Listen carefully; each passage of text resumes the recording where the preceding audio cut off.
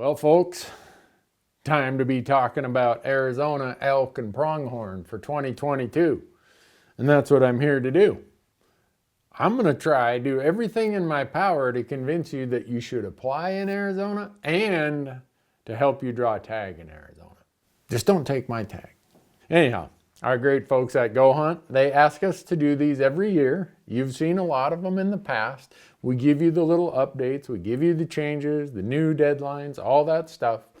And if you want to sign up for their insider to get all these draw odds, all this research information, maps, all kinds of new stuff, go there and use promo code Randy and they'll give you $50 of credit in their gear shop. But let's talk about Arizona. I rate Arizona and Wyoming as the two best states, the best value you can get for the non-resident traveling elk hunter. And I say that in terms of the price to apply, what you get in terms of points, the likelihood of drawing in a either short, mid, or long-term plan, the quality of the hunts you have, the amount of public land, the harvest rates, the age class of the herds. You add all those together and you're going to be hard-pressed to find anything better than the first two states we've talked about, Wyoming and now Arizona. So let's get to it. Arizona, February 8th, 2022 is the deadline at 11:59 p.m. Don't mess it up. On February 8th is the deadline for elk and antelope. And we'll talk about deer and bighorn sheep and other stuff later in the year. Those species are in June. But for right now, we're focusing on elk and on antelope. So, last year you heard us talk about Arizona was coming off one of the worst droughts in probably 25 or 30 years. And it's still really dry there. But pronghorn numbers are suffering because of the drought, just like they always do. And Arizona's pronghorn have been on a multi-decade decline. And it continues this year. You'll see that because of the drought, the poor fawn survival, they're dropping pronghorn tags again in 2022. So that's why in this video, we're going to mostly focus on elk. Because elk is what attracts people to Arizona, right? I mean, let's face it, there's amazing pronghorn in Arizona, but the odds of getting a tag is really, really low. I mean, like, you could go buy a lottery ticket and have about the same expectations. Maybe not quite that bad, but we're going to focus on elk for this. And Arizona's elk hunting, I've been so lucky with tags I've drawn, hunts I've helped on. You know, there's a reason there's this much demand for elk in Arizona. A lot of people are going to focus on the archery elk hunts, and they're going to focus on the early rifle and early muzzleloader hunts. And those are just ridiculously hard to draw.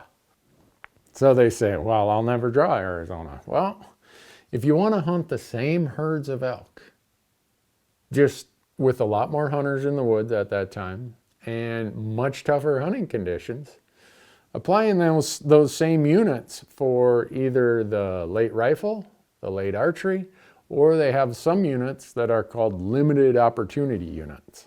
You're going to get to go sooner.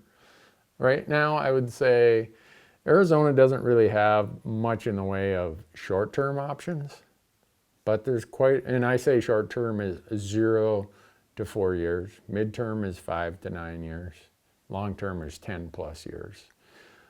There are quite a few of those hunts I just mentioned that are certainly mid-term options, 5 to 9 years.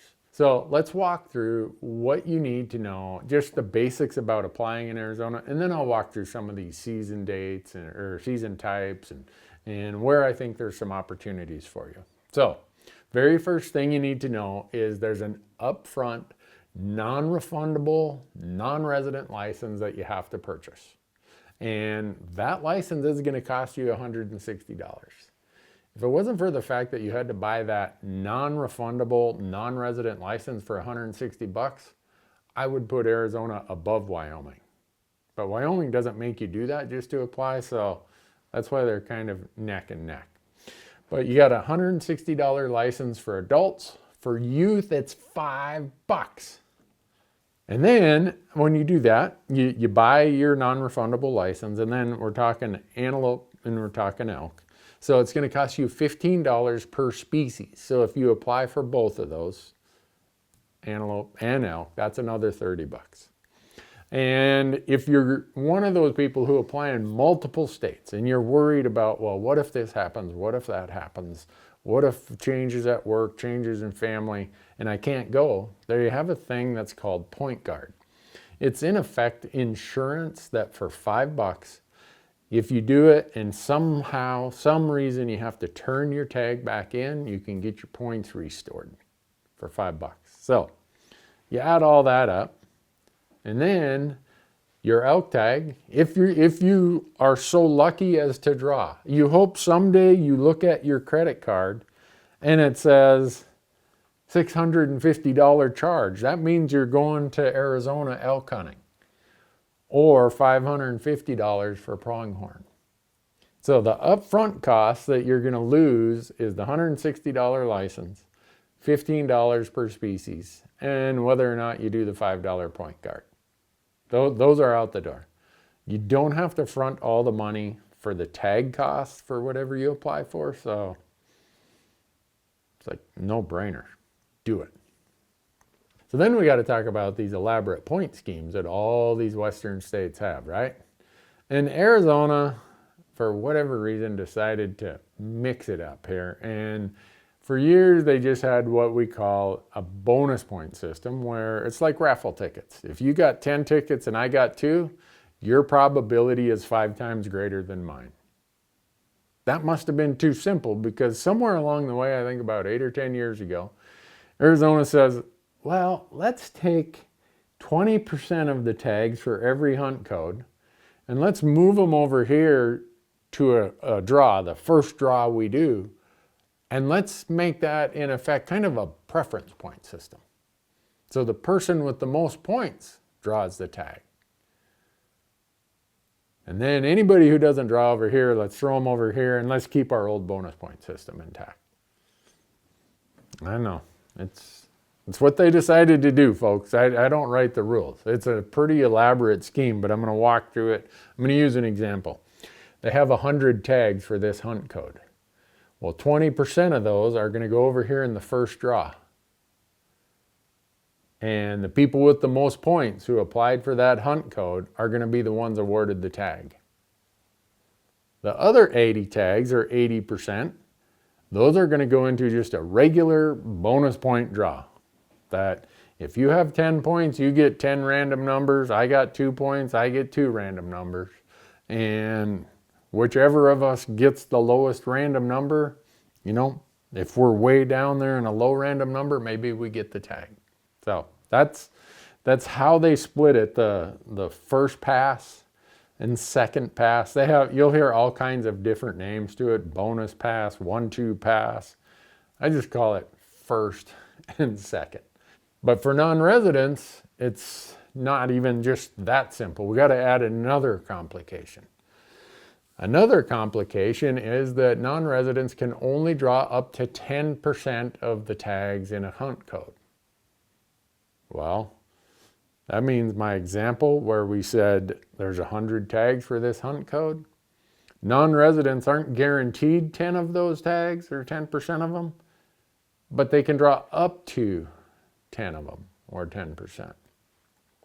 And then they split that out even further. Arizona says no more than 5 of those non-resident tags, or 5% of them, of the total tags, can get drawn in this first pass, which means it saves some for the second pass. So our total 10% non-resident quota, maybe only 2% of them got taken in the first pass. That leaves up to 8% in the second pass. But never is there going to be more than 5% of them in the first pass, so there will always be at least 5% left to fill in the second pass. And there's one little exception to the 10% rule. called limited opportunity hunts. There's certain types, I'm going to let you go do the research. There's certain types of hunt codes in those limited opportunity elk hunts that aren't subject to the 10% cap. I appreciate that, Arizona. So now we look at your actual draw when you go in and do it. They give you a whole bunch of choices. And I'm going to tell you right now, just disregard everything other than your first two choices. Because they look at your first and second choice before they go on to the next person. So I tell people, just act like they don't even exist. Focus on your first choice and your second choice. And here's what I would call a bit of a strategy of how you can use those first two choices. You never know when you're going to get the absolute super low random number like I did when I drew an early rifle tag. You never know when it's going to happen. So make one of your first choices just a swing for the fence, home run kind of hunt. That if you drew, you would say, I can't believe my good luck. And then make your second choice something that's a little bit better probability. So that way, if you do get that really low random number, you haven't wasted it on a, I don't want to say wasted, but you've taken advantage of that really low number you drew by getting one of the high demand hunts. So now we got to talk about a couple other complications to Arizona's draw system. And this is how you can earn some extra points. One's a permanent point. One's a point that might go away someday if you aren't paying attention. The first permanent point is a hunter education point. So you've taken hunter education in your home state, and they changed it this year where you don't have to go to Arizona for this non-resident hunter education class. Now you can go online, and yeah, I think the fee is $300. And I know some people are going to say, great, just more money. Well, $300 is cheaper than an airline ticket to fly to Arizona, a night or two in a hotel, and fly home. So I wish it didn't cost any money, but that's what they're charging. So you can go online, go to the Arizona Game and Fish website, there's a link to it, and you can take this class. Now here's the second way to get a point, and it's not a permanent point. But if you're on the ball, you can keep it intact forever. It's called the loyalty point. For any species, once you've applied for 5 consecutive years without interruption, you get what's called a loyalty bonus point for that species. And it's very helpful. In a state with high demand, you want to take advantage of all these little quirks. This is why we do these videos, so you understand these little quirks and hopefully you can employ them to your benefit. Because all the people you're competing with for tags, trust me, they're taking advantage of these things. So a lot of people ask, well, I come from Kansas or Iowa or somewhere. Is there much public land to hunt in Arizona? Yes. Lots and lots of public land. Over 60% of Arizona is public land. Lots and lots of places to hunt in Arizona. Ages, you got to be 10 years old to apply in Arizona. And like I said, kids get a discounted price. $5 for a non-resident hunting license and $5 for their application fee. That's how my son, when he was a kid, by the time he was 18, he had 8 or 9 points, counting as loyalty point for every species in Arizona. And it cost me $5 for the license and $5 for each point. Crazy. Some people say, well, this year I can't make it. Can I just buy a point? Yeah, you can just buy a point. There's a code there for just, I just want to buy a preference or a bonus point. It's going to cost you the $15. A lot of people who hunt multiple states or have really tight work obligations or other commitments, they often want to know, can you return a tag in Arizona? There's quite a few restrictions to it. A parent or guardian can transfer to a minor child who is between 10 and 17, I believe. And then there are some nonprofit groups. My buddy Tom Wagner runs one of them that provides opportunities where you can turn that tag over for certain other groups. Most people who draw a tag are going to clear their schedule and find a way to go if you got an Arizona elk tag. And then there's the other part I mentioned earlier. For $5 you can buy Point Guard, and that's like an insurance policy. You can only use it once, but it'll restore your points and give you a point for the year that you turn the tag back in. So you get to all this and you say, is Arizona worth it? Is that $160 license investment worth it? I say yes, because of the quality of hunting, not just for elk and pronghorn. It's when you talk about the quality of hunting in Arizona for pretty much any species, it's top notch. Yeah, it's hard to draw some of those tags for sure, but you also get a lot of other value out of it. If you like hunting quail, doves, javelina, other small game, Arizona has it all. There you have it, folks. Arizona, don't miss the deadline, February 8th. 11:59 p.m. If you want way more details than what I provided here, go out to Go Hunt, sign up for Insider, use promo code Randy. They'll give you $50 in their gear shop. But you're going to get tons of strategy articles. You're going to get the best, the accurate draw odds. You're going to get all kinds of things that you are going to need or want to have right at your fingertips when it comes to applying. Plus, you get all their new map stuff, both desktop maps and mobile maps. So go to Arizona. You got to do it online. They only accept credit card. And good luck, because this might be your year when you're in Arizona hunting elk. And if you are, trust me, you're going to have a big smile on your face.